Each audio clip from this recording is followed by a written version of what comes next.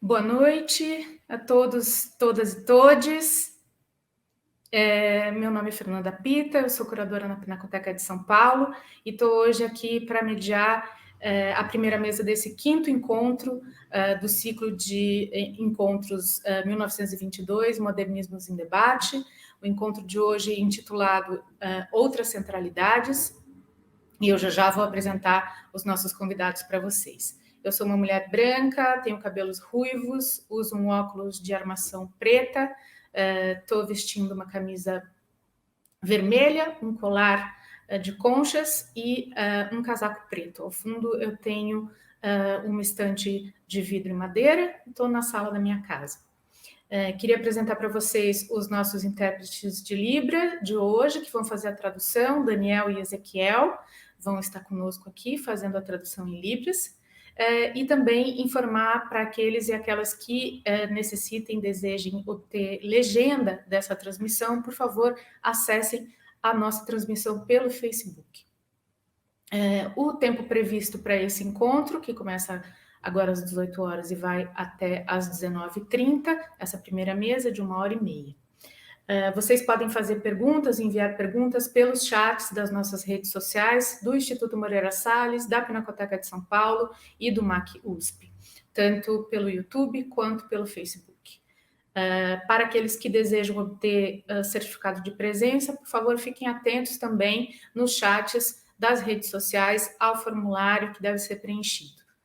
Serão contabilizadas as presenças daqueles que tiverem 75%, né, de participação. E ao final dos encontros, em dezembro, nosso último encontro de dezembro, esses certificados vão ser emitidos. Esse evento fica gravado e pode ser acessado a qualquer hora pelas redes sociais também, os canais do YouTube, da Pinacoteca, do Instituto Moreira Salles e do MAC USP.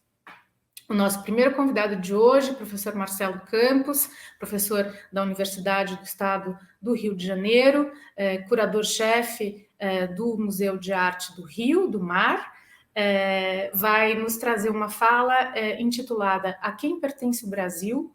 Apropriações culturais entre ficções regionalistas e tradições étnico-raciais. O Marcelo vai falar um pouco a respeito da construção desse conceito de brasilidade, né, que sempre se deu de forma tensa politicamente e intelectualmente. Né? Se, por um lado, havia um interesse por parte de pequenos grupos do sul, sudestinos, né, de artistas e escritores, em narrar e resumir tradições às quais os mesmos não pertenciam, por outro, a vida corria prenha de contradições nos rincões escravocratas do país.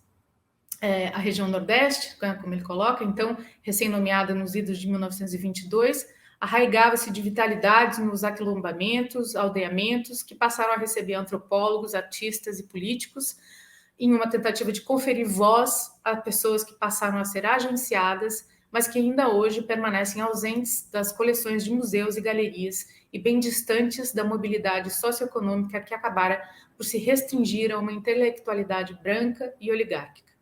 A reparação histórica se faz necessária ao se tratar das comemorações do centenário da semana. Acho que isso é um tema e uma questão que atravessa aqui todos os nossos debates, né, nesse ciclo. Mas o professor Marcelo chama atenção também de que a gente não deve negligenciar as insurgências e visões de mundo já estabelecidas nos modos de produzir arte e cultura para além das tentativas de silenciamento. Marcelo, muito obrigada por ter aceito o nosso convite e eu te passo a palavra.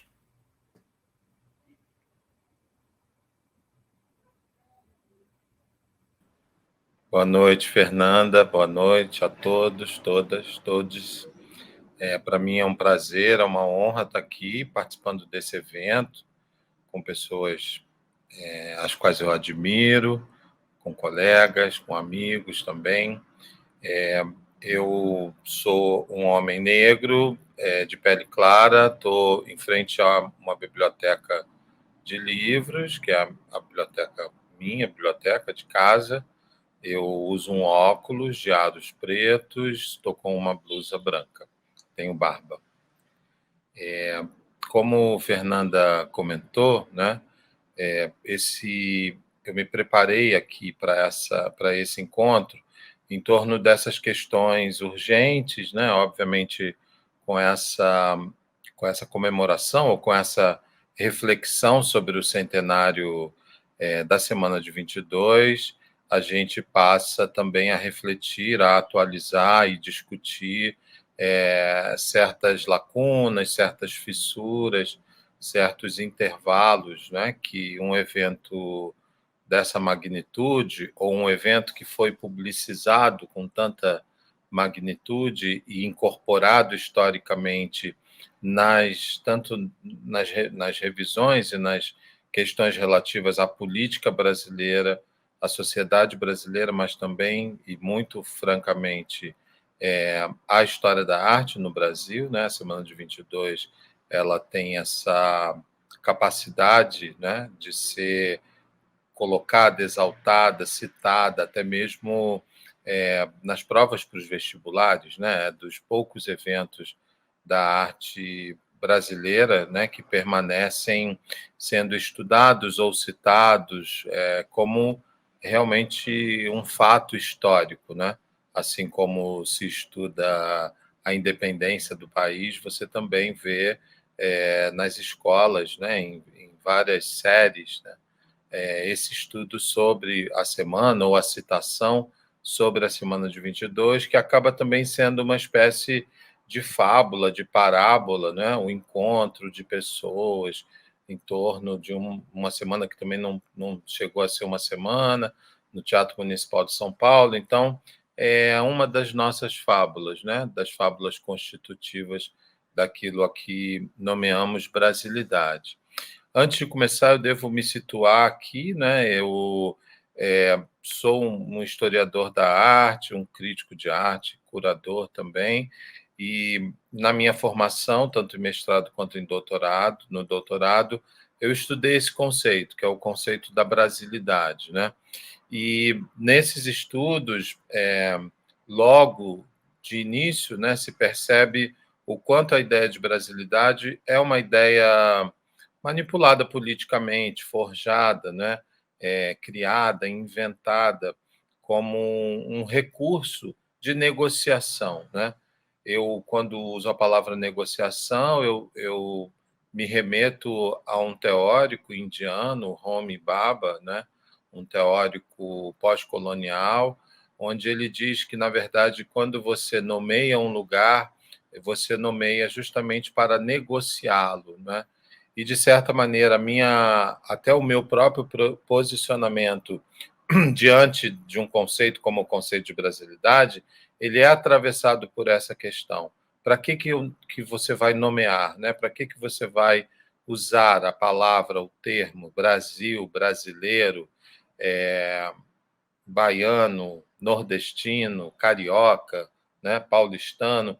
Para que o uso desses termos quando a gente associa as criações, e principalmente a ideia da arte que o século XX tanto se empenhou em manter com independência, né, com uma espécie de ampliação e de liberdade artística, para que nomearemos essas criações e vincularemos as mesmas aos lugares, né? E um pouco a partir das leituras do Homi Bhabha, a gente percebe o quanto nomear é negociar, né? Então, esse conceito de brasilidade que esteve nas mãos, né, de políticas, primeiro, de independência, da Constituição, da própria ideia de nação, né, na virada dos séculos XIX, do século XIX para o século XX, ele também foi logo a seguir apropriado por uma intelectualidade, como disse Fernanda, que se situava geograficamente no sudeste do país, né? Eu nem diria tanto no sul, mas muito mais fortemente no sudeste do país, e que se empenhou essa intelectualidade em traduzir e resumir, né? Eu acho as duas palavras, tradução e resumo, importantes para a gente entender, perceber, e hoje também como método, o quanto são dois gestos colonialistas, né? Ter que traduzir ou se achar no direito de traduzir, se colocar numa posição, de certo modo, privilegiada para criar resumos, né, sobre fatos culturais. Esses fatos culturais que já conviviam e já se colocavam de modo insurgente, né, ou seja, com uma sociedade que, de certa maneira, virava as costas para lugares como as favelas, para os terreiros de candomblé, para os aquilombamentos, e, por outro lado, todos esses elementos ganhavam formas vitais e formas de arte, né? Então, acho que o primeiro ponto que eu gostaria de destacar aqui é justamente esse: o quanto, quando se discute modernismo no Brasil, né? Isso sem falar no próprio conceito de modernidade, se houver tempo a gente pode também ampliar um pouco esse debate. Quando você lida com as discussões do modernismo no Brasil, você lida com uma parte pequena de artistas, né, e intelectuais e arquitetos e sociólogos que, na verdade, interpretaram o país e foram nomeando cada vez mais o Brasil de brasileiro, né? O Brasil nos seus vínculos identitários. Mas essas identidades foram forjadas, foram sobrevivências de criações da arte, de criações dos modos, né, de parentescos, de reconstituição de saberes, de manutenção de oralidades que estavam e estão ainda hoje, né, presentes naquilo que não foi institucionalizado. Ainda hoje não foi institucionalizado a ponto de você continuar tendo perseguições, por exemplo, aos cultos afro-brasileiros. Há pouco tempo houve uma coleção, né, que pertencia à polícia do Rio de Janeiro, a Polícia Militar, e que só agora foi estabelecida como uma coleção museológica, né? Como uma coleção a ser guardada agora pelo Museu da República. Então, reparemos que, na verdade, resumos e traduções, que são que constituem esse primeiro tópico, né, que eu queria trazer aqui, na verdade, o que se resume, né, se resume a partir de elementos muito complexos. E eu acho que minha primeira inflexão aqui seria trazer a ideia da complexidade não mais para as criações modernistas, né, que durante muito tempo foram analisadas, né, em torno das discussões internacionais da arte, se a Tarsila era mais ou menos cubista, se a Anita Malfatti foi ou não uma expressionista, né? Então, para além disso, o que estava sendo visto, né, nas interpretações, naquelas obras, naquelas imagens, o que estava sendo visto era a complexidade do Brasil, né? E eu acho que essa complexidade, por outro lado, ela possuía outros intérpretes, outros atores, né, e atrizes, outras vozes que não estavam ali convidadas para a mesma festa, né, para o mesmo teatro municipal.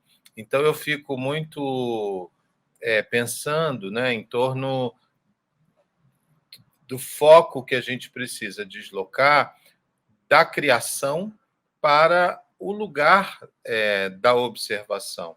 Então, aqui é como se eu pudesse propor a vocês, né, que a gente pensasse no samba, no morro, ao invés de pensar no que o Di Cavalcanti interpretou, né, ou mesmo, enfim, no que os jornais diziam sobre essa manifestação. Eu digo isso porque a complexidade de qualquer uma dessas vidas, né, ela é tão forte, tão grande, que hoje é difícil de reconstituir aquilo que origina, por exemplo, a própria história do samba ou a própria história do candomblé. Até hoje, pesquisadoras e pesquisadores estão buscando referências para poder fazer um pouco, né, jus aos personagens que estavam ali como personagens dessa história. Um dos exemplos é a própria condição da tia Ciata, no Rio de Janeiro, né? Uma líder religiosa, uma liderança do samba também, né? Que vai talvez inventar na sua casa o modo das rodas de samba, que até hoje são reproduzidas e permanecem na cidade, e saber sobre a vida da tia Ciata até hoje é uma dificuldade, né? Então a gente precisa, eu acho, né, como uma observação, como uma análise, poder mudar o foco da complexidade. O Brasil, a história da arte no Brasil se lamuriou muito, né? Se colocou com um lugar de tristeza ali por não conseguir fazer da própria construção da arte brasileira uma construção que se internacionalizaria.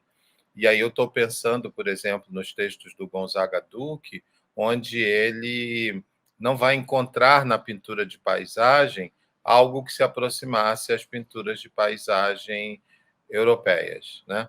Eu acho que esse lugar de recalque, que é muito vivido na história da arte brasileira, né? E eu diria que até hoje a gente consegue identificar um ou outro elemento desse recalque, esse essa demora, né, na reclamação em não conseguir encontrar surrealistas no Brasil, em não conseguir encontrar um cubismo puro no Brasil, ela faz com que a gente perca a possibilidade e perca muitas biografias. Biografias até de artistas que tiveram seu lugar estabelecido na própria história dessas novas ou outras geografias, né? Eu comecei os meus estudos na história da arte estudando a Bahia dos anos 40 e só numa espécie de pequena relação ali entre um sistema que não se comparava ao sistema de São Paulo, você percebe uma complexidade absoluta, né? E por isso nós percebemos que o silenciamento frente a outros lugares, a outros modernismos, faz com que a gente não considere nas instituições, nas próprias coleções de museu, parte dessa criação. Isso sem falar na complexidade dos fatos sociais, né? Há um antropólogo, Paul Rabinot, né, filósofo, que vai dizer representações são fatos sociais. E essa é um dado, é uma chave de compreensão que muitas vezes a história da arte no Brasil não conseguiu levar adiante, né? Se você estuda um lugar como a Bahia dos anos 40, você percebe uma complexidade de um ambiente cultural que envolvia a Universidade Federal, a UFBA, que envolvia a gestão de um reitor, o Edgar Santos, que envolvia a Segunda Guerra, né? Com intelectuais, artistas que vieram para a Bahia e se estabeleceram em torno de lugares como a escola de teatro, a escola de dança, a escola de música. E aí você tem nomes como Cole Reuter, a própria Lina Bobardi, né? Janka Rudska no balé. E aquilo gera uma complexidade cultural absoluta, né? E uma complexidade cultural que se propaga, né? Que se propaga e gera, por exemplo, o cinema novo do Glauber Rocha. Mas esse lugar, com artistas como Caribé, Mário Cravo, Carlos Bastos, Gênero Augusto e tantas outras e outros, né? Artistas mais desconhecidos até, né? Raimundo Oliveira, José Dedome, há uma pleiade de artistas ali que não são tão estudados assim e que permaneceram um pouco ausentes das coleções, dos museus, pelo menos de uma espécie de evento, né, em torno de exposições individuais, por exemplo, né? E frente a isso tudo, que é o fato que eu gostaria de novamente sublinhar, você tem a complexidade cultural estabelecida pelos lugares. Havia nessa Bahia, nesse Nordeste, no Rio de Janeiro, que se estabelecia em fotografias, né, uma complexidade cultural que era da vida cotidiana.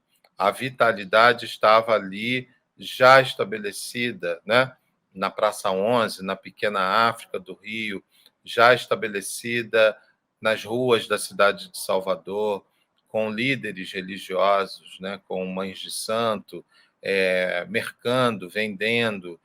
E aquela complexidade, na verdade, é que vai construir e constituir a brasilidade, por exemplo, dos romances regionalistas, a brasilidade do Jorge Amado. Né?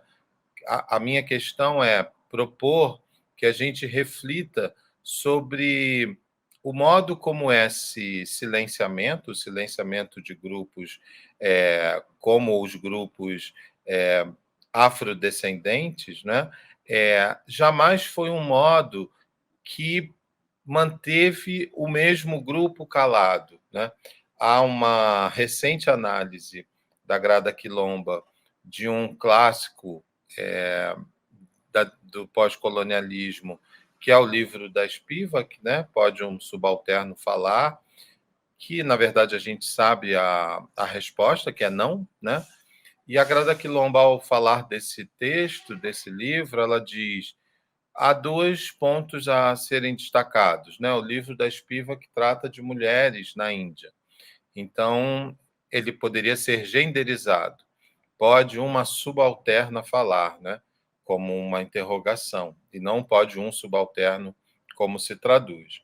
E o segundo tópico que a Grada Quilomba traz é: jamais, não pode falar, mas jamais isto foi motivo para o silenciamento. Ou seja, a vida continuou correndo, né? A vida nos terreiros de candomblé, ela continuou acontecendo. Essas lideranças se misturaram na sociedade brasileira. Elas construíram, por exemplo, né, junto com intelectuais como Edson Carneiro, como o próprio Gilberto Freire, né, congressos, os dois congressos afro-brasileiros nos anos 30. Né? E isso não é estudado pela história da arte, não é também percebido. No entorno dessa intelectualidade, havia artistas de dentro e de fora do terreiro. Né? A trajetória de um Agnaldo dos Santos ou do mestre Didi, essas são trajetórias que aparecem numa complexidade cultural que faz com que a gente perceba que a história não deu sentido, né? Há uma vitalidade que acontecia já nas produções artísticas, né? A própria trajetória do Rubem Valentim, do próprio Mestre Didi, né? Você vai ter ali artistas com a criação pautadas por tradições que estavam muito distantes dos salões, né, da elite. Então, eu acho que refletir sobre outros modernismos é também não só trazer nomes esquecidos da história da arte no Brasil, como falar de vitalidades que sempre produziram cultura material, sempre produziram os elementos que, na verdade, só agora estão sendo, talvez, tirados um pouco da caixinha da arte popular, né? Porque eram elementos tidos, de certa maneira, como menores, né? Nessa relação. Ou seja, esses elementos sempre foram produzidos. Se existe a obra do mestre Didi, existe antes alguém que ensinou, alguém que passou as tradições, alguém que sabia construir os xaxarás nos terreiros, com aquele saber dos talos de dendezeiro, dos búzios costurados, e aí está a vitalidade de uma produção artística. Né? E nós ficamos a reboque repetindo histórias, né?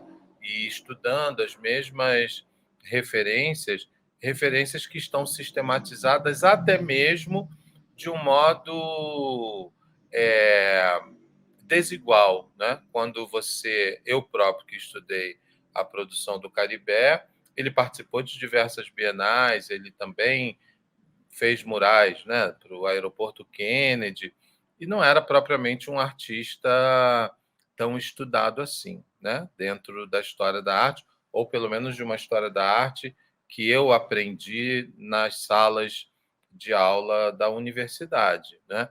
E fora isso, quer dizer, o que o Caribé coloca ali como resumo, né, como alguém também agenciador dos elementos de uma outra vitalidade, dentro desta própria vitalidade, há muitas produções que até hoje estão esquecidas, né? E que talvez a gente precise cada vez mais perceber com certa horizontalidade, né? E aí eu estou falando das produções feitas nos terreiros, das produções feitas nas decorações, nos elementos de uma cultura tradicional. São essas as produções que, de certa maneira, potencializam as interpretações destes intelectuais, artistas, escritores que resumiram a ideia de brasilidade. Então, quando a gente hoje usa a palavra brasilidade, na verdade é uma palavra que não está mais só dentro dos romances, eu diria que até está bem pouco dentro dessa produção, mas ela está muito dentro daquilo que foi resumido pela intelectualidade. É comum você hoje ver estudos que reconhecem as mães de santo, os ogãs que tocam nos filmes do Glauber, por exemplo, né? Perceber que é algo que eu tenho insistido em refletir, quem são os informantes, né? Quem levou ali na Bobardi a Feira de São Joaquim, né? Quem apresentou o Caribé, as mães de santo, qual era o terreiro que eles frequentavam, qual o terreiro que está nas fotos do Verger, né? Porque o grau de vitalidade desses lugares é, de certa maneira, a condição que nos fez silenciar também essa mesma produção, porque acaba que nós nos contentamos com resumos, né? E não procuramos ver dentro da própria produção o que se tinha ali, né? De artista, de santeiro, de escultores, e isso é talvez um dado que, por um lado, está perdido, né? Mas, por outro, nós precisamos buscar nas brechas, nas notas, nas observações, retomando as coleções e tentando achar biograficamente quem são essas pessoas, esses produtores, esses artistas brasileiros. É isso, eu agradeço e fico por aqui.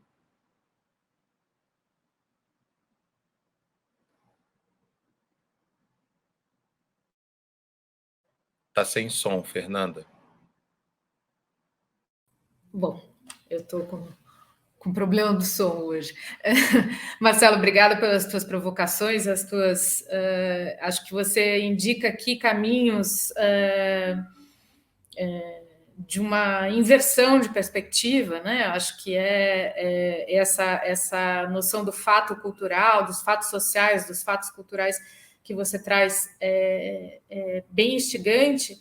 Mas eu queria te perguntar, em termos, você deu uma pista disso agora no final da sua fala, assim, em termos metodológicos, né? Quer dizer, como inverter essa perspectiva, como pensando em termos mesmo de coleções, exposições, né? Quer dizer, se a história da arte está acostumada aos fatos biográficos ou de personagens, né? Indivíduos, criadores, acho que você aponta para uma perspectiva em que a gente tenha que dissolver um tanto essa ideia de autoria, né? Buscar reconstituir ou pelo menos sinalizar para certos ambientes culturais e sociais, né, em que certas produções, ideias, processos, invenções aparecem, né? Como fazer uma exposição da Dona Ciata, por exemplo, né? Que você pensa disso? Obrigado, Fernanda. É uma bela provocação.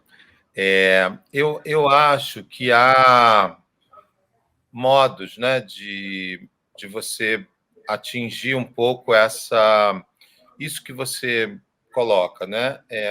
A primeira coisa, eu diria, estabelecer lugares de fala partilhados, né? Então, nem sempre, e cai no nosso colo, principalmente na atividade de curador, né, de curadora que você cai sempre no colo um assunto que não necessariamente a gente domine, né? Então, eu diria que tentar compartilhar, né, essa curadoria, essa pesquisa, né, com quem tenha maior inserção dentro daquele elemento é uma condição hoje inescapável, né? Não dá mais para a gente falar sobre a Tia Seata como sem minimamente ter ali especialistas e pessoas, ou até mesmo quem, quem, de certa maneira, conviveu com o ambiente, não necessariamente com ela, né? Por outro lado, as pesquisas documentais, elas podem ainda te oferecer essas informações, né? Os documentos são mais raros, mas eles existem, né? E eles precisam ser, de certa maneira, configurados. Você falou da biografia, né? Quer dizer, biografar aqueles que estão silenciados ou que foram silenciados também é uma tarefa que hoje a gente coloca, enfim, quando você, por exemplo, vai expor um elemento de arte popular, né? Chamar o artista pelo nome, né? Trazer aquilo como produção. Mas eu instigaria e provocaria um outro lugar nesse sentido. Parte disso talvez esteja perdida, né? Mas, por outro lado, você continua tendo uma produção que muitas vezes, pelo menos no meu momento de inserção no campo da história da arte, nos anos 90, essa parte que não está ali contemplada, ela era julgada como inferior, né? Então se dizia, não, mas isto não é uma boa pintura, né? Não, mas aquele artista não é lá tão interessante quanto. Então acho que a gente demorou muito tempo na história da arte tentando dizer, né, ou tentando achar a boa pintura, né, a grande escultura e tal. E ainda hoje, que a gente teve uma modificação considerável, pelo menos nos últimos 10 anos, eu diria até um pouco menos, mas para não arriscar, eu diria nos últimos 10 anos, este lugar de qualificar a obra, né, ele está sendo substituído pelo posicionamento de um modo mais ativista. Né? Então, você vai trazer artistas, sim, você vai trazer num espectro mais amplo. Então, eu acho que, como metodologia, que foi a tua pergunta, a possibilidade de biografar absolutamente tudo que se possa, né, biografar, e, por outro lado, não chegar num pré-julgamento sobre a qualidade ou a comparação de uma obra com outra obra, né, ou de um artista que é menos conhecido com as grandes estrelas, né, da história da arte. Era muito comum eu ouvir essa frase da qualidade das obras, né?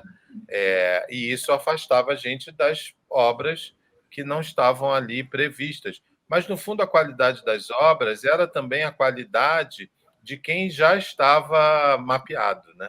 Então, você diz, fulano é interessante. Se vinha um nome desconhecido, isso era deixado de lado na metodologia de uma pesquisa, né? Então, acho que hoje um desafio para fazer uma exposição, por exemplo, sobre a Tia Seata, é se aproximar do lugar, né? Falar com a neta, com a bisneta, né? Ter ali aquele lugar de observação. E, por outro lado, não ficar fazendo comparações de dentro do sistema, né? Porque o sistema faz com que você qualifique ou desqualifique, e eu acho que esse é um gesto que a gente precisa abandonar de vez, né? A gente faz isso hoje, por exemplo, quando tenta horizontalizar numa exposição o que era chamado de arte popular e arte contemporânea, né? Arte moderna e arte contemporânea. E, na verdade, é curioso te responder sobre isso, porque essa qualificação ou desqualificação, para mim, ela esteve sempre mais próxima da crítica e da teoria do que dos ateliês. Os ateliês são lugares mais generosos, eu acho, né? O que eu não lia nos livros, o artista me dava como informação, né, de bastidor ali.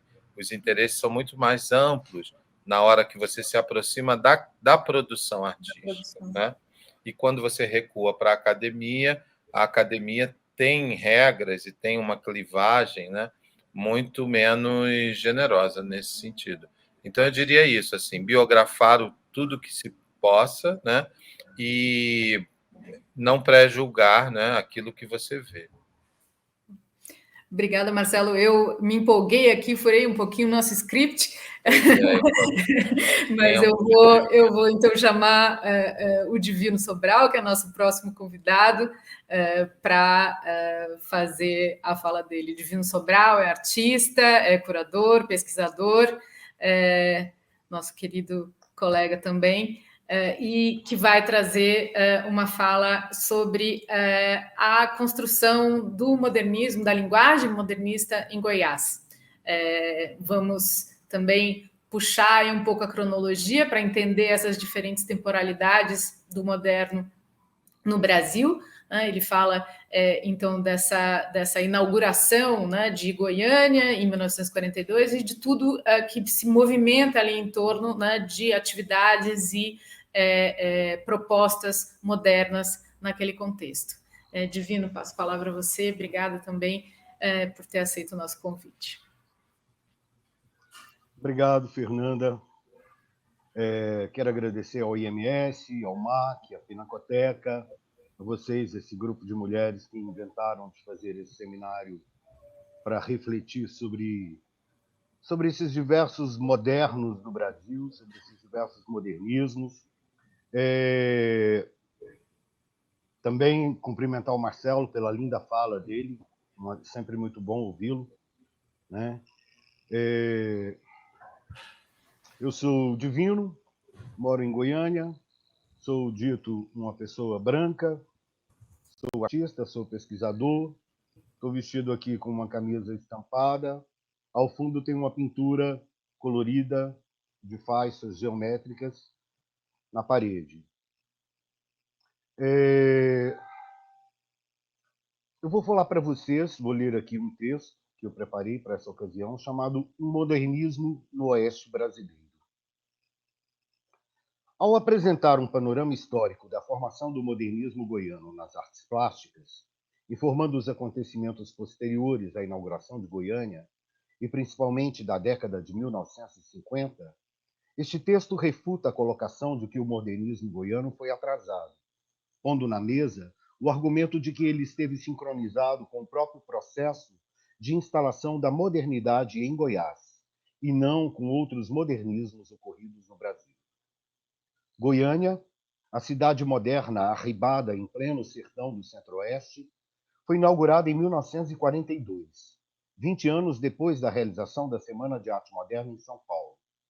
Fato que, de início, demonstra o quanto os processos de construção da modernidade e do modernismo ocorreram em diferentes momentos no imenso território brasileiro, com muitas realidades, territorialidades e temporalidades diferentes. A primeira ação compromissada com a defesa e a construção da ideia de modernidade em Goiás começou com a revista Informação Goiana, que circulou entre 1917 e 1935. Editada no Rio de Janeiro por Henrique Silva, a publicação mensal continha artigos e matérias sobre, abre aspas, as possibilidades econômicas do Brasil Central, fecha aspas, e sobre as potencialidades dos municípios goianos.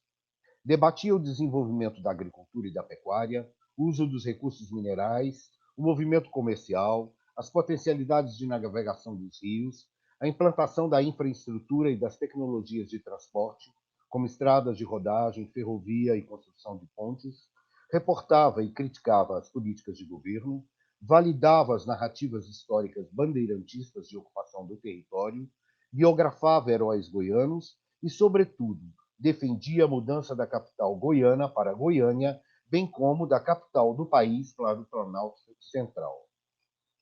O surgimento de Goiânia significou o primeiro grande marco de modernidade para Goiás e para toda a região centro-oeste, e coroou o programa getulista de Marcha para o Oeste, que assegurou politicamente o rompimento com o sistema da velha república sediado na cidade de Goiás, antiga capital, e permitiu o fortalecimento econômico de outras regiões. Com Goiânia, se pretendeu apagar a imagem de atraso que acompanhou Goiás após a decadência do ciclo do ouro, para criar uma imagem nova que atendesse às expectativas de desenvolvimento futuro. Em seu discurso de inauguração de Goiânia, Pedro Ludovico declarou que a cidade nasceu para oxigenar e trazer progresso, para educar e civilizar, para estimular o desenvolvimento e irradiar boas influências sobre as mais remotas localidades. Goiânia influiu, abre aspas, na formação do Goiás novo, fecha aspas, e funcionou, abre aspas, como um farol para iluminar o Estado, fecha aspas. Assim, o Goiás novo esteve ligado também à imagem do Estado novo. O modernismo de Goiânia começou quando o projeto urbanístico, de autoria do paulista Atílio Corrêa Lima, foi instalado sobre o terreno desmatado na paisagem bruta do Mato Grosso goiano, trazendo praças, avenidas e ruas, construindo um espaço idealizado pelos princípios da Escola Francesa de Urbanismo, que foi convocada para domar o sertão do Centro-Oeste, para romper com a imagem do atraso e impor a visão de modernidade. A capital moderna foi planejada para ser ampla, aberta e saudável, o oposto da fechada e insalubre capital colonial. Seu espaço, estruturado pela razão urbanística, foi organizado em função da classificação da ordem social, distribuída em camadas, com o alinhamento de suas perspectivas convergentes para o ponto central, sede do Poder Executivo, onde a paisagem institucional foi marcada pelas construções em estilo Art Deco, austero e econômico. Os edifícios do Museu Zoroastro Arteaga, obra do arquiteto polonês Kazimierz Bartoszewski, ou do Palácio das Esmeraldas, de autoria de Atílio Corrêa Lima, representavam a arquitetura europeia aqui inserida. Com o plano urbanístico e com a arquitetura Art Deco, surgiu o cruzamento entre os conhecimentos modernistas de origem europeia e a paisagem local, frequente na formação do modernismo feito em Goiás nos anos 1950. Durante a inauguração de Goiânia, cidade onde culminou a Marcha para o Oeste, foi lançada a revista Oeste, liderada por jovens escritores e intelectuais, com patrocínio do governo estadual. A revista Oeste circulou entre 1942 e 1945, e, ao ser lançada, seus editores fizeram questão de definir a publicação como um instrumento da vanguarda, a vanguarda literária goiana. Foi na Oeste que o desejo vanguardista da primeira geração modernista de Goiânia se materializou. Expressão cara à ideia de ruptura e revolução na arte modernista do século XX, a vanguarda era a arrebentação inicial que causava o choque estético, o desconforto comportamental e o embate político. Era anunciadora das radicais inovações das primeiras correntes modernistas europeias. Contudo, a vanguarda goiana não era investida de radicalidade e estava aliada ao poder político do de Ludovico, consequentemente, ao programa do projeto político de Marcha para o Oeste. No primeiro momento, a revista Oeste esteve mais direcionada à publicação de peças literárias, como, por exemplo, o conto Enhola dos Anjos e A Cheia do Corumbá, texto de Bernardo Ellis, posteriormente inserido em Ermos e Gerais. No segundo momento, serviu como instrumento de propaganda de Pedro Ludovico e do getulismo. A revista Oeste foi um dos principais instrumentos de difusão do imaginário bandeirantista que cercou a cultura goiana, principalmente após a inauguração de Goiânia e a instalação do monumento ao bandeirante em Anguera, na, abre aspas, terra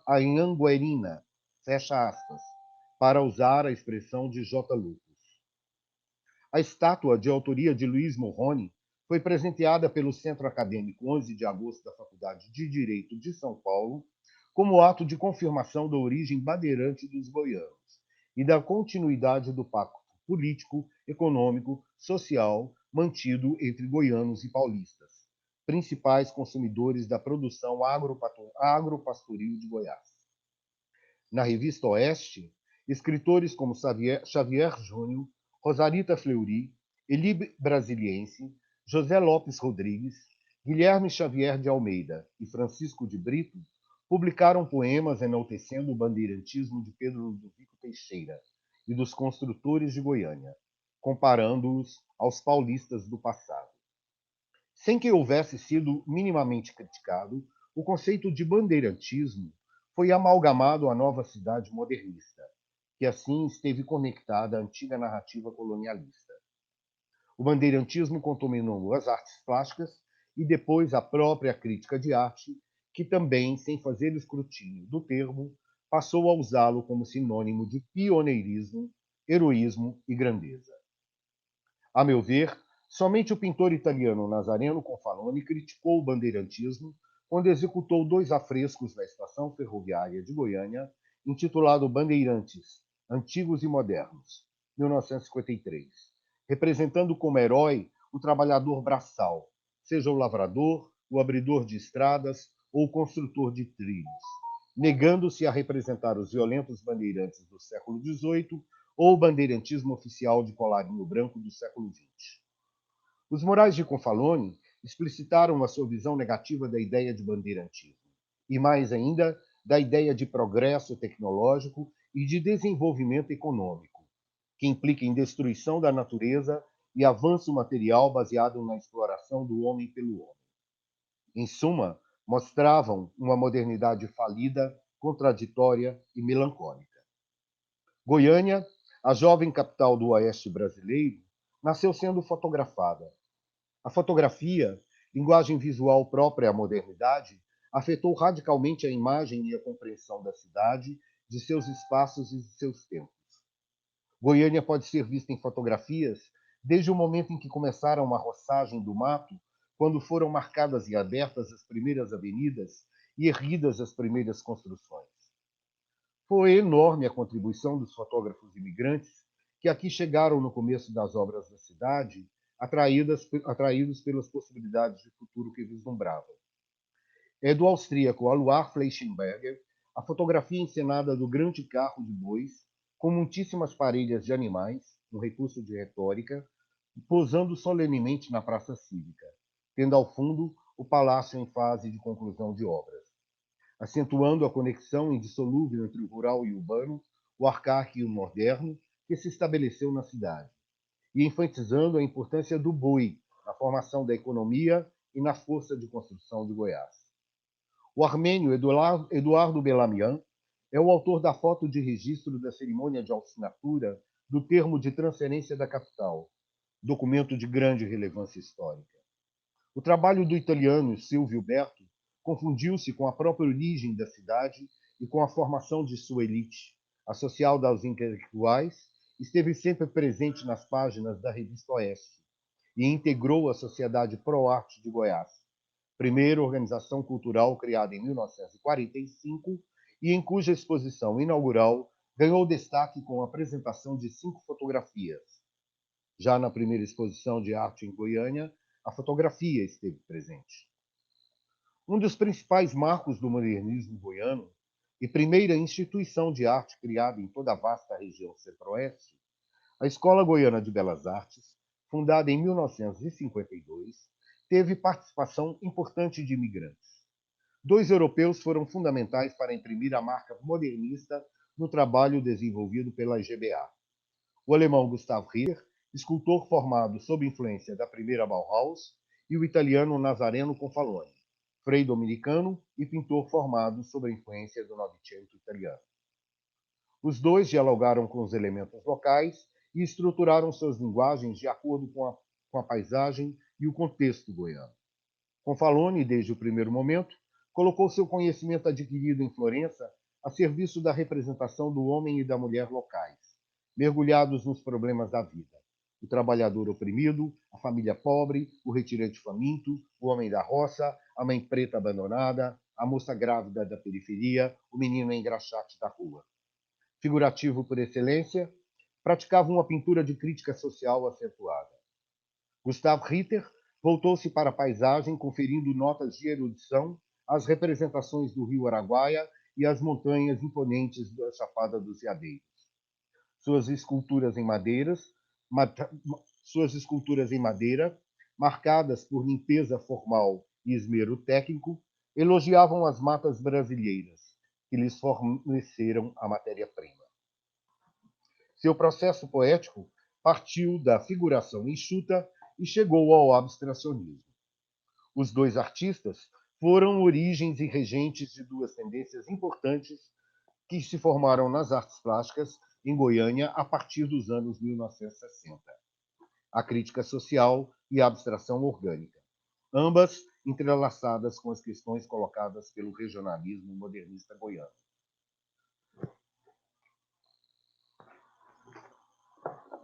O ensino ministrado pela Escola Goiana de Belas Artes tinha pretensões modernas, apesar de a estrutura da grade de disciplinas ter como referência o modelo acadêmico aplicado pela Escola Nacional de Belas Artes. A EGBA oferecia graduações em pintura e escultura no âmbito estrito das artes puras e de desenho aplicado, destinado a formar profissionais para atuar no campo da visualidade demandada pela indústria e pelo comércio, sendo, no Brasil, a primeira instituição de ensino superior a oferecer tal natureza de curso. Além das disciplinas tradicionais, a escola manteve a disciplina de fotografia como obrigatória ao núcleo comum dos 3 cursos, fato à época incomum no ensino tradicional de belas artes. Bastante importante para a formação do repertório modernista das artes plásticas foram as 2 grandes exposições executadas no período de 1 ano pela Escola Goiana de Belas Artes, sob a batuta dos artistas Luiz Curado, Gustav Ritter e Nazareno Confaloni, que aqui desempenharam pela primeira vez as funções de curadores. Luiz Curado foi um artista de pouca produção, mas um intelectual muito ativo na formação do repertório modernista relacionado com a ideia de identidade da cultura goiana, para a qual ele orientou o conteúdo da mostra. A exposição inaugural da EGBA, feita em 1953, valorizou o repertório artístico goiano ligado às ideias de tradição e de identidade. Mostrou a arte sacra rococó de Veiga Vale, o santeiro do século XIX enaltecido pela alta qualidade de suas obras delicadas e graciosas, e a arte indígena carajá, especialmente a cerâmica, técnica feminina da fatura das Hichoko, as famosas bonecas, hoje patrimônio cultural brasileiro. Na exposição de inauguração, composta por 280 obras, a linguagem artística moderna apareceu pela primeira vez em Goiânia, principalmente nas obras de Confaloni, Ritter e Luiz Curado. Também foram expostas fotografias no conjunto que abrigava pinturas, desenhos, esculturas, o que confirma a importância dada a este meio naquele momento. Realizada em 1954 e de maneira mais complexa e elaborada, a exposição comemorativa do primeiro Congresso Nacional de Intelectuais apresentou um conjunto extraordinário de 720 peças, de diferentes épocas, procedências, suportes, categorias e poéticas. A exposição atendeu ao tema trabalhado pelo Congresso, a preservação da cultura nacional, que foi repercutido pelos curadores da exposição na ideia de proteção da arte popular. A grandiosa mostra foi composta por distintas produções artísticas que dialogavam entre si, abrindo muitas interpretações. Novamente foram apresentadas obras de Veiga Vale e artefatos da cultura carajá. Obras de artistas populares, entalhadores e ceramistas provenientes de cidades do interior goiano, peças de exvotos extraídas da Sala dos Milagres do Santuário do Divino Pai Eterno, em Trindade, obras de 3 artistas da Escola Goiana de Belas Artes, Confaloni, Gustavo Ritter e Antônio Henrique Peclá, além de trabalhos de estudantes da escola. Foram mostradas também fotografias de Joaquim Craveiro de Sá, um dos fotógrafos que esteve ativo no começo do século XX na cidade de Goiás. Dentro da exposição foram ainda incluídas obras de artistas brasileiros oriundos de São Paulo, Rio de Janeiro, Rio Grande do Sul, Paraná, Pernambuco e Ceará, numa amostragem bastante ampla do que se fez no Brasil até os primeiros anos da segunda metade do século XX. Estavam presentes obras de Georgina de Albuquerque, Antônio Gomide, Guilde, Mário Zanini, Volpe, Djanira, José Antônio da Silva, Geraldo de Barros, Inimar de Paula, Abelardo da Hora, Gilvan Samico, Carlos Scliar, Glênio Bianchetti, Guido Viaro, Renina Katz, Mestre Valentim e Zé Caboclo, entre muitos outros e outras. No meio da diversidade se destacavam os clubes de gravura de Porto Alegre e de Bagé, que então estavam em plena atividade e cujas obras compunham cerca de 80% da exposição, sendo marcante a influência posterior desses clubes na formação da tendência comprometida com a crítica social, no apreço pelas técnicas de gravação dentro da GBA e na publicação da revista Arte Nossa, editada por Luiz Curado em 1960. O Congresso Nacional de Intelectuais e a exposição organizada pela GBA marcaram as primeiras gerações de artistas e de intelectuais goianienses. Incentivaram o surgimento e a intensificação das atividades culturais em Goiânia e tornaram-se marcos históricos rememorados muito tempo depois. Especificamente para as artes plásticas, deixaram como legado a reflexão e a consciência da necessidade de criar uma linguagem moderna em diálogo com a realidade social, econômica e cultural do povo goiano. Assim, entraram no repertório modernista as reflexões sobre a cor local, a valorização da cultura popular, a busca por assuntos regionais, rurais e interioranos, interpretados pela visão citatina, a permanência do sotaque rural no falar urbano, as trocas entre o arcaico e o moderno, a tradição e a inovação. O modernismo goiano, do ponto de vista formal, fundava-se na ideia de retorno à ordem, não estava interessado na revolução e no choque estético e preocupava-se com o naturalismo da forma e com a recepção social da arte. Com as duas exposições realizadas em 53 e 54, a Escola Goiana de Belas Artes instalou o seu modernismo sem ruptura com o passado, sem confronto ou negação da tradição, agregando o que antes era negado, como a arte indígena, ou visto como atrasado, uma vez que é advindo da formação colonial, como a arte popular. Um modernismo que não se rebelou contra a academia, justamente porque nasceu da academia. Formou um modernismo crítico em relação aos equívocos da modernidade, consciente de sua posição na periferia do sistema da arte e da engrenagem capitalista que envolve a cultura. Formou um modernismo ao mesmo tempo urbano e sertanejo, marcadamente melancólico, que lida com o êxodo rural e com a exclusão social na cidade, com a natureza violentada e com a memória da terra. Também o modernismo de apropriação cultural do outro e de tempos passados. A apropriação do universo Carajá foi feita não somente nas duas exposições, mas sobretudo na imagem das Richoco, empregada pela Escola Goiana de Belas Artes como uma espécie de logomarca estampada em peças gráficas, como as capas dos folders da exposição inaugural e da exposição comemorativa do primeiro Congresso Nacional de Intelectuais, além do próprio folder de apresentação dos cursos da escola. Nazareno Confaloni tinha uma pequena coleção de cerâmica Carajá e considerava a arte deste povo uma das mais expressivas da América do Sul. Luiz Curado, por sua vez, tinha muito interesse no grafismo geométrico Carajá e se inspirou nele para criar alguns trabalhos. A Escola Goiana de Belas Artes considerava os Carajá como os primeiros artistas do solo goiano e, assim, os tinha como patronos da escola. Na revista Renovação, editada em 1955, anunciou o projeto de criação do Museu do Índio. No programa do modernismo da IGBA, havia o desejo de recuperar um certo sentimento de ancestralidade, para fazer frente à contínua substituição do antigo pelo novo promovido pela modernidade que se instalava em Goiânia. E, nesse sentido, foi na contramão do pensamento modernista que originou a própria cidade, baseado na negação do passado.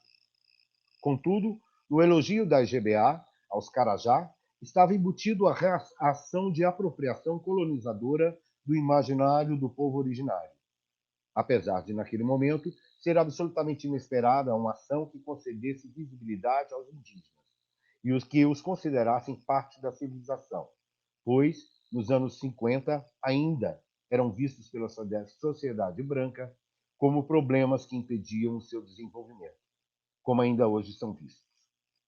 No conjunto de artistas formados nas primeiras turmas da Escola Goiana de Belas Artes, destaca-se a presença das mulheres, que tiveram relevante atuação no modernismo goiano nas décadas de 1960 e 70.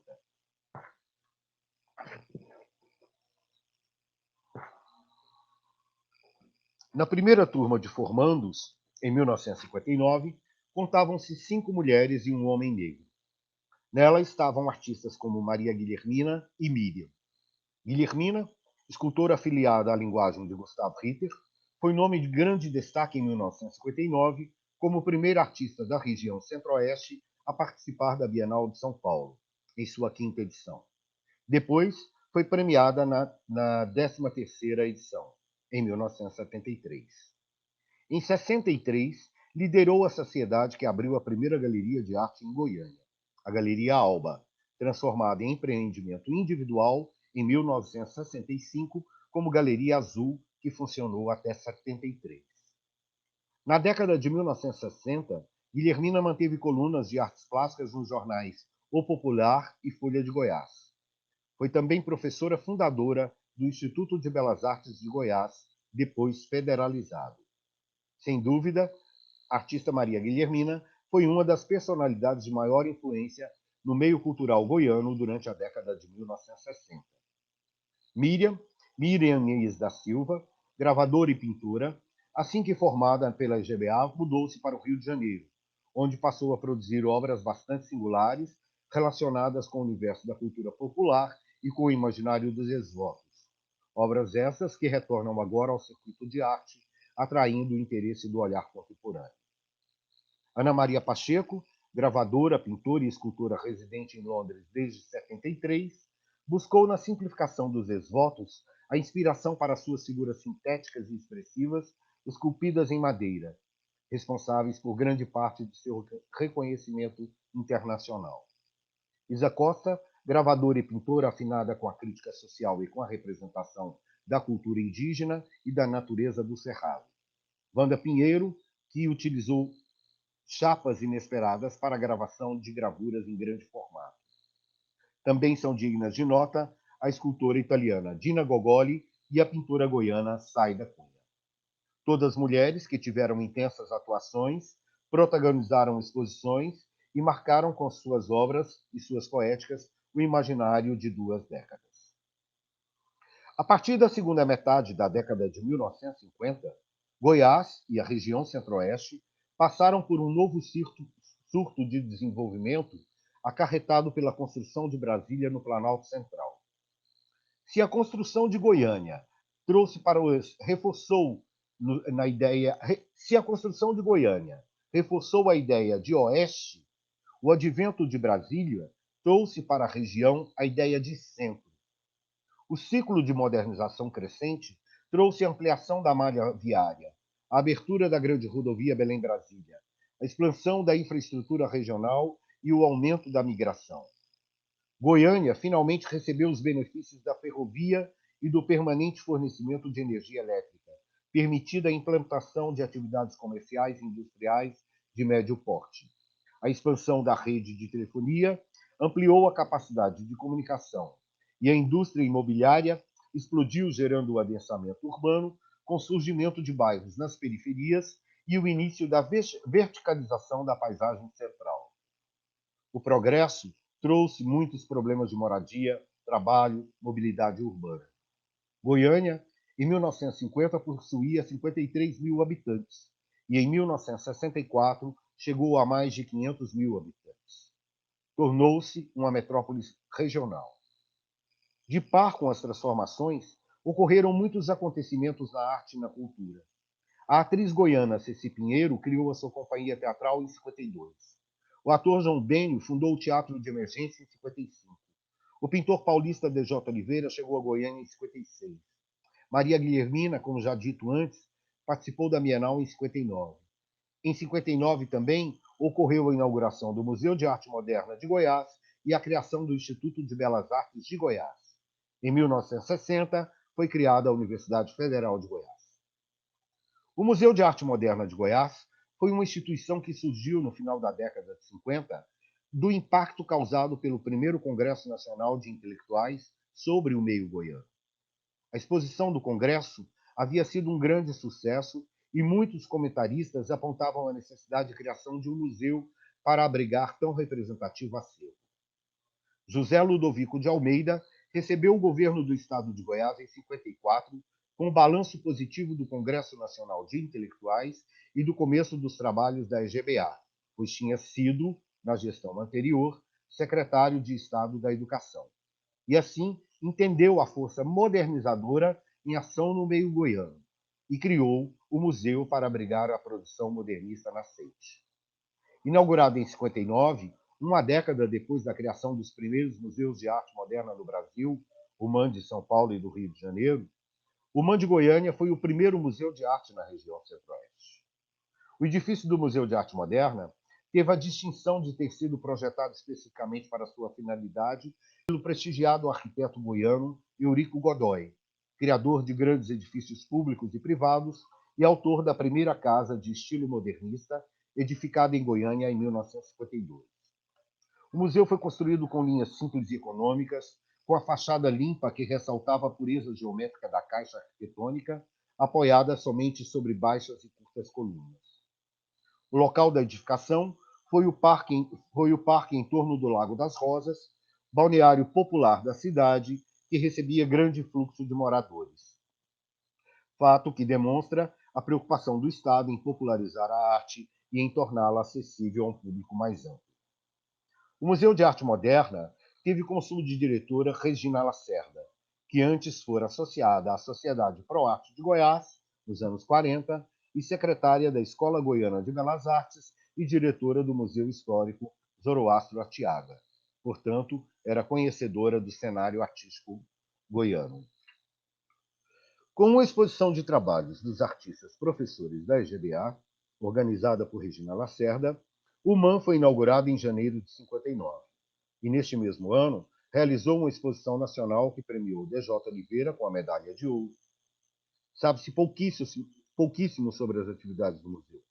Apenas ficaram registradas as realizações, em 1950 e 1961, de duas mostras chamadas de Anual de Arte do Museu de Arte Moderna, espécie de mostra panorâmica da produção local e de caráter competitivo, nas quais DJ Oliveira e Maria Guilhermina receberam as maiores premiações nas duas edições, tornando-se, a partir daquele momento, dois dos principais nomes da cena modernista goiana. O museu foi fechado em 1961 pelo governo de Goiás e o edifício foi demolido. Seu fechamento causou trauma, perda e esquecimento. Grave avaria na história do modernismo e na memória das artes plásticas em Goiás, que mostra seu dano ainda hoje. Não se sabe se o museu tinha acervo e, se tinha, onde foi parar. Sua documentação segue desconhecida. Com a queda do museu, o modernismo feito no Oeste foi abandonado ao esquecimento e ainda permanece carente de atenção, pesquisa, visibilidade e interpretação. É isso. Muito obrigado. Divino, muito obrigado por essa aula, por essa luz que você traz para a gente entender esse processo tão rico e complexo que é o do moderno em Goiás. A gente vai ter um tempinho mais reduzido de debate, mas eu queria já colocar algumas questões que chegaram do público e vou fazer um pouco salteado, assim, uma pergunta para o Marcelo, uma pergunta para o Divino, vocês respondem e a gente volta para mais uma rodadinha. Tem uma pergunta, Marcelo, da Ana Magalhães. Ela queria que você, na verdade, falasse um pouquinho mais desse contexto dos anos 40 em Salvador. Eu acho que os anos 40 são interessantes aqui nos dois casos, né, que vocês trouxeram aí de um movimento, uma efervescência esses fatos sociais, né, que abrem caminho para esse processo de modernização, para essa modernidade, como você colocou também, Marcelo. Ela pede que você fale, então, desse contexto um pouco mais em Salvador, e a relação da universidade com a emergência dessa vanguarda baiana, por assim dizer. Obrigado, Fernanda. Que bom ter a pergunta da Ana. Então, como eu estava dizendo, tem essa centralidade, né? Há um livro do Antônio Risério chamado Avant-Garde na Bahia, onde ele analisa bastante essa presença do reitor, né? De um reitor chamado Edgar Santos. É um reitor que está numa música do Caetano. Eu acho que é o único reitor citado em uma música popular brasileira, né? Que o Caetano fez para Gal gravar. Então, em torno desse reitor, quer dizer, ele convidava os expoentes, né? Os expoentes de fora do país também, para assumirem esses seminários. Quando você ouve declarações do Tom Zé, do próprio Caetano, eles se dizem alunos dos seminários da UFBA, na época do Edgar Santos. Então, imaginemos uma reitoria absolutamente aberta, né? Para quem conhece a reitoria da UFBA, que fica no Campo Grande, a centralidade também, né, daquele lugar. Tem declarações variadas do Caetano Veloso dizendo que executaram uma peça do John Cage na reitoria e que para ele foi um fato muito marcante. Os 4 minutos e 33, né, do Cage, na época, segundo o Caetano Veloso, ligaram um rádio na hora dos 4 minutos, e aí apareceu uma rádio local e todo mundo morreu de rir e tal. Então, a gente imagina um lugar em torno dessa centralidade. Alguns vão dizer também muito como foco a casa e ateliê do Mário Cravo Júnior, né, do escultor. Foi o primeiro artista que eu entrevistei na minha vida, assim, de pesquisador, e ele gostava muito de comentar, explicar como era. E alguns vão dizer que ele realmente aglutinava uma cena ali, né, em torno do seu ateliê. E dessa cena, né, participavam esses artistas que eu comentei, como Carlos Bastos, Caribé, Jenner, e o próprio Cravo ali como um aglutinador, né? A gente percebe também que a presença da Lina vai, no entorno dessa intelectualidade, conseguir, por conta das exposições, né? Inclusive Bahia no Ibirapuera e tal, fazer uma ponte de ligação, né, entre essa cena e a cena, por exemplo, paulistana, né? E, por outro lado, havia uma pesquisa muito grande, uma proximidade muito grande, e gostei muito de ouvir o Divino, porque tem coisas muito próximas ali, né? Quando o Divino cita uma exposição que misturava as bonecas Itiocó, né? As bonecas Carajá, que é um caminho também, né? De certa maneira, de trama que o Sudeste viu pouco, né? Ou seja, vivenciou pouco. Você não tem uma produção popular, pelo menos carioca, que se enamorou de uma outra. Eram sempre coisas muito apartadas. E nesses outros modernismos, né, como vocês nomearam assim, essa mesa, você vê uma relação muito grande entre a Lina e os ferreiros do candomblé, por exemplo, né? Ou os objetos comprados na feira. Então, havia, por um lado, essa sistematização da universidade e essa presença muito, né, elogiada do reitor, com essas lideranças em cada uma das áreas, dança, música, cinema, teatro, seminários abertos, onde, como eu disse, provavelmente muito do cinema novo bebeu, né, nesses seminários, e, por outro lado, um lugar de muita proximidade com aquilo que eu, na minha fala, chamei de vitalidade, né, étnico-racial. Né? Então, você tem ali grandes representantes, grandes ialorixás, em uma convivência de muita proximidade. Tem o fato, por exemplo, do Sartre e Simone de Beauvoir, né, levados pelo Jorge Amado e pela Zélia Gattai, visitarem um terreiro e consultarem os búzios, né? E a Simone de Beauvoir sai dizendo que nunca tinha visto uma mulher que sabia tanto sobre a vida humana, né? Quanto aquela Ialorixá. Então, eu acho que isso é, para mim, um desenho de Brasil interessante, né? Assim, um pouco mais poroso em torno dessas centralidades, né? Então, depois vai ter uma atuação de uma galeria chamada Oxumaré, que também citam como um lugar que, enfim, abrigava, de certa maneira, as mostras e tal, mas esse é um primeiro momento, né, que é esse momento dos anos 50. Uma coisa que eu não comentei, que eu acho também importante para nós, é a ocupação do espaço público, né? Em parte, a gente vivenciou isso, Rio e São Paulo, né? Sei lá, no Rio, no prédio lá do Ministério da Educação, os murais do Portinari, né? Mas, por outro lado, eu percebo uma penetração muito grande em vários lugares do Brasil, quando você visita e vê monumentos modernistas, não os que a gente quer tacar fogo hoje, né? Muitas vezes, mas monumentos e murais e aquilo, grades de praça, no caso da Bahia, né? E essa é uma penetração que tinha a ver com uma questão econômica, a presença, por exemplo, de empresas como a Odebrecht ou o próprio Banco do Brasil, né? O Banco do Brasil, ao lado do Mercado Modelo, tem os azulejos do Caribé, azuis e amarelos. Até hoje estão lá, né? Imagina um banco que encomenda azulejos para um artista, né?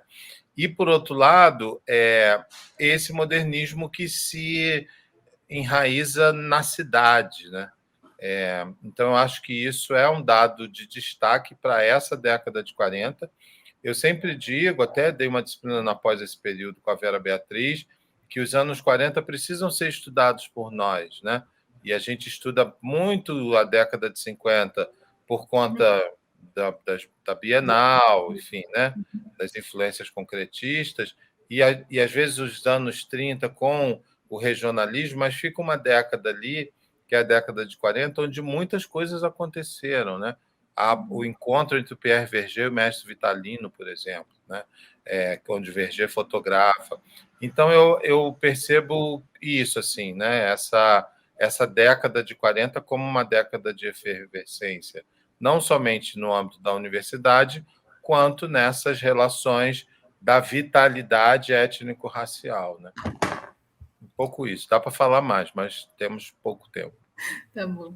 Vou passar, então, uma pergunta para o Divino. Divino, na verdade, queria que você comentasse um pouco isso também, assim, desse contexto dos anos 40, porque acho que a tua tese, né, um pouco de pensar outra temporalidade desse moderno em Goiás, traz para a gente, na verdade, não um moderno defasado, mas um moderno muito maduro, né? Quer dizer, tem uma ideia de moderno brasileiro que é muito madura aí, e que tem esse entrelaçamento entre regionalismo e tradição, né? Tradicionalismo, regionalismo, a ideia de origem, né? Que é apropriada aí também, a gente sabe, né? No pensamento e na produção dos artistas modernos, mas aí tem esse outro dado, essa outra camada dessa presença, né, das bonecas das Lichoko Carajás, né, Ini, que é inédita, né, até onde eu saiba, pelo menos em nenhuma outra exposição de arte moderna no Brasil a gente tem essa presença, né?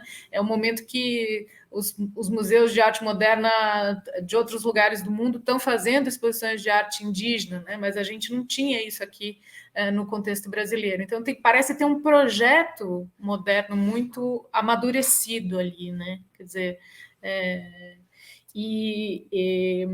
engatando aqui com uma pergunta que tem do público, do Luiz Otávio Grassini Ancona, que te pergunta qual é a relação dessa modernização do Oeste, quer dizer, pensar também Goiânia e seu desdobramento em Brasília. Você falou um pouco disso na tua fala, né? Quer dizer, essa ideia de o Oeste, depois o Centro-Oeste, né? Quer dizer, posicionar esse centro em Brasília, como isso vem desse irradiamento também, né? De Goiânia.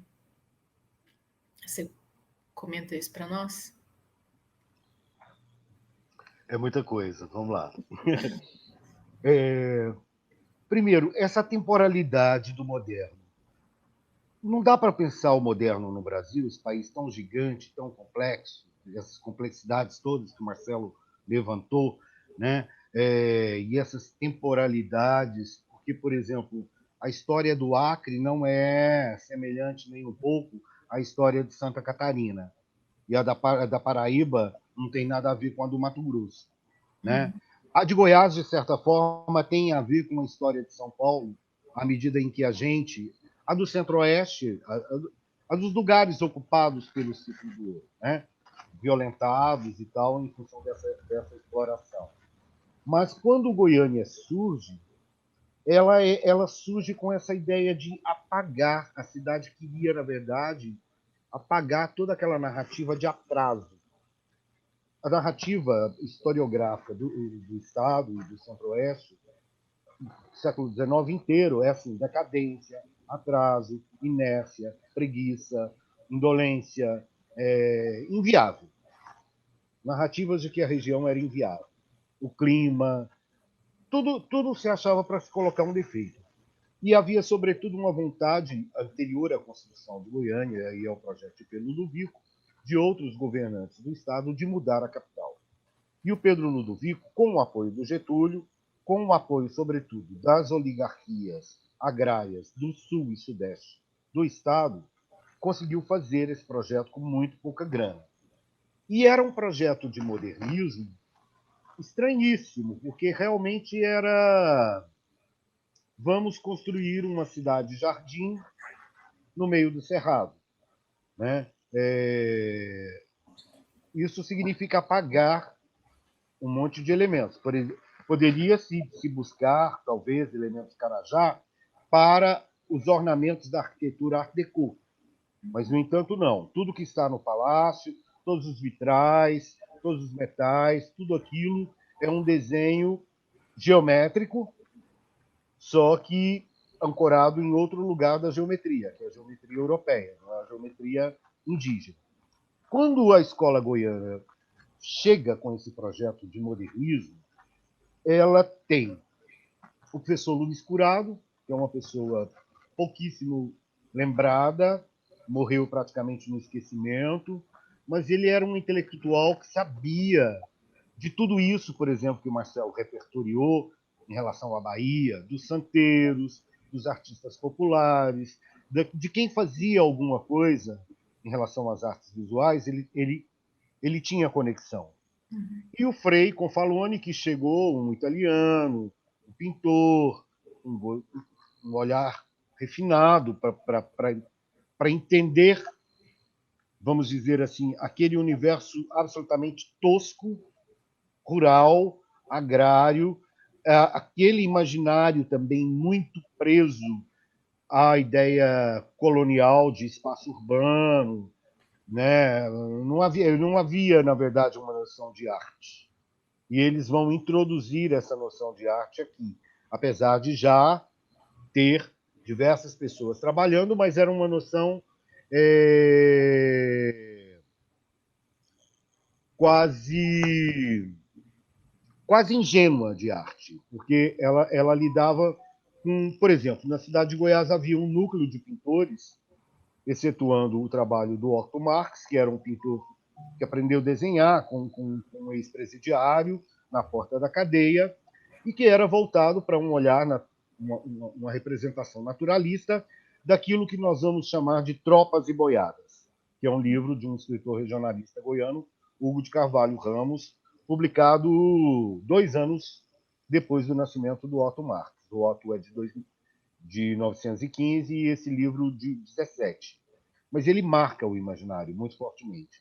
E o Otto tem esses assuntos como assuntos da própria infância dele, da própria memória dele.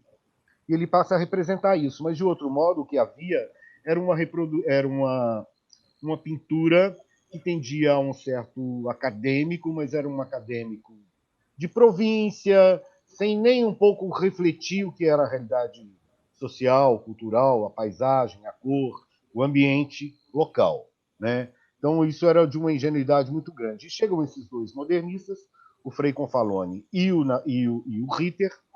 O trabalho do Ritter é um trabalho extremamente sofisticado. Era um artista que tinha vindo de uma formação com professores que formaram também de derivação do ensino da Bauhaus. Ele era arquiteto, ele era escultor, ele chegou em Goiânia, construiu uma casa, ele mesmo o projeto da casa, todo o mobiliário foi ele que projetou. Infelizmente, tudo isso nós perdemos. Mas começou a desenvolver trabalhos de aquarela relacionados com a paisagem local e trabalhos de escultura relacionados com as matas, com as madeiras brasileiras. E esses três caras, eles, eu acho que o encontro deles é que proporciona essa experiência que você está falando de um moderno maduro, entendeu? De uma certa maturidade de modernismo.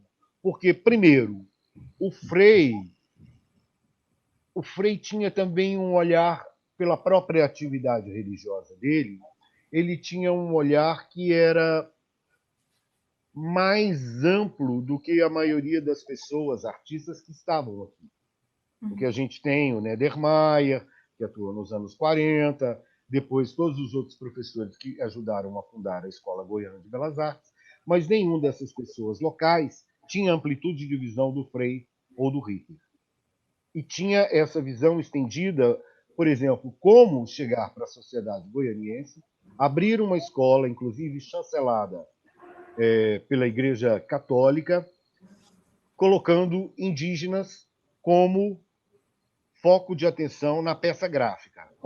O mais importante para nós, o que nos representam, são essas bonecas. Né? Isso, talvez, ao meu ver, foi a questão mais impactante do ponto de vista cultural. As pessoas falam assim, chocaram pela forma dos modernistas. Qual forma modernista que tinha? Estava todo mundo acomodado num retorno à ordem, tudo ali era reconhecido, nada daquilo era extravagante. Eu acho que chocaram pela postura de dar uma posição de status muito grande, porque essa apresentação dos carajás, elas e dos trabalhos populares, elas se tornaram o foco principal da exposição. Entendeu? Das duas exposições. E elas, os comentários, tanto de artistas brasileiros que estiveram aqui, ou de comentaristas do exterior, muitas pessoas ressaltando a potência, a originalidade, a importância de conservação daquilo, também o risco que tudo aquilo estava correndo naquele momento. E essa equação, de certa forma, dessas pessoas, com o entendimento desse imaginário, é que vai proporcionar essa experiência de maturidade do modernismo, que eu acho que não foi repassada adiante à medida em que isso, de certa forma, se perdeu no esquecimento, na ausência de um museu, de um programa. Logo depois, a Escola Goiana de Belas Artes também foi transformada em faculdade de arquitetura, ela perdeu esse cunho artístico, ganhou um cunho funcionalista. Então, essas coisas elas se dissolveram bastante. Mas eu acho que, fundamentalmente, essa maturidade vem desse encontro dessas bagagens europeias com essas matrizes, com essa ideia de preservação dessas matrizes que estavam aqui, dispersas no interior, na sala de esvoto, nos santeiros do interior. Por incrível que pareça, eu consegui mapear ainda alguns santeiros desses. São muito difíceis, são peças que desapareceram, muitas desapareceram com o tempo, porque eram feitas em Buriti, tem narrativa de trabalho feita em casca de mandioca. Então, assim, né? E na ausência de uma instituição de conservação desse patrimônio, tudo isso se dissolveu. Em relação à outra pergunta, como é que eu vejo, como é que era mesmo? Como é que eu vejo a relação com Brasília? É muito complicada a relação com Brasília, porque, de fato, o Bernardo Ellis ele tem uma fala num texto dele. O Bernardo é um dos escritores do modernismo mais importantes nossos. que ele fala que a história de Goiás é uma história de briga contra as lonjuras, contra essas distâncias. Inclusive, a distância era um dos motivos dos narradores do século XIX para apontar a causa da decadência, da inércia, da paralisia, né? E com Goiás se pretendeu, primeiro, romper as distâncias em relação ao próprio Estado, criar, entre aspas, né, criar minimizar as distâncias, sobretudo em relação aos municípios do Sul, Sudoeste e Sudeste, que eram apoiadores de Pedro Ludovico, porque o Tocantins era Goiás, e o Tocantins ficou abandonado até que em 88 se resolveu criar o Estado do Tocantins, e aquele povo de lá ter dignidade, mas antes não tinha, era abandonado pelo Estado. E Brasília vem com esse grande impacto, trazer uma capital para cá, era um sonho almejadíssimo, né? Vários intelectuais goianos defendiam essa necessidade, mas, ao mesmo tempo, ela traz todos esses problemas que a própria Brasília criou para si mesma. É aquela ilusão de planejamento do plano piloto, uma periferia gigantesca, um índice de desigualdade social violentíssimo, e tudo que é, entre aspas, benefício, e tudo que é problema que Brasília construiu, nós herdamos, entendeu? Por estarmos na periferia de Brasília. E isso, de certa forma, isso é com Brasília, a partir de Brasília, sobretudo, e sobretudo depois do golpe militar, nessa aliança também dos militares com os homens do agronegócio, é que esse Centro-Oeste se transforma radicalmente nessa paisagem do agronegócio, entendeu? O latifúndio vai crescer, o êxodo rural vai ser assim gigante, é onde começam os problemas de desmatamento, os problemas com agrotóxico, toda essa indústria do agronegócio, ela ganha um grande fermento nesse momento. Ela altera a nossa paisagem, ela altera a nossa cidade. Eu acho que ela altera, inclusive, a nossa arte. Porque eu falo que, por exemplo, algumas coisas do Ritter, ou mesmo o texto do Ritter, ele chama a atenção que nós precisamos olhar para Brasília como um ensinamento de um fato estético novo e importante, aquele mito modernista, né?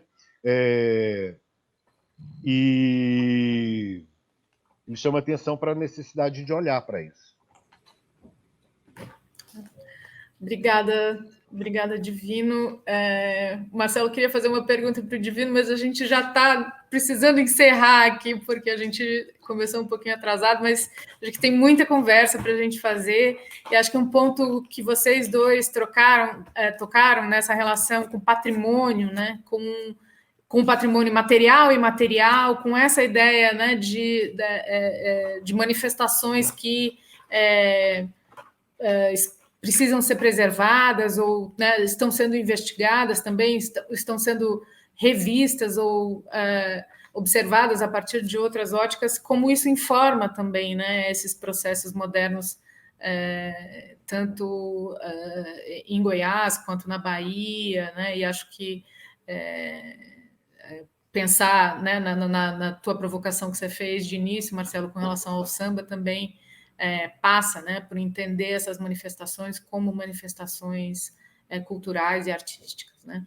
Mas eu vou ter que chamar o intervalo agora e queria agradecer mais uma vez. Muito obrigada a você, Marcelo, Divino, por essa conversa que eu tenho certeza que ainda continua e tem muito ainda para a gente trocar. Obrigada. Obrigado, Fernando. Obrigado, Divino. Prazer estar aqui. Obrigado, Daniel, que está aqui também. Obrigado a vocês, obrigado, Fernanda, Marcelo, Daniel. Beijo. Beijos. Fiquem bem, saúde. Até já, a gente volta já já.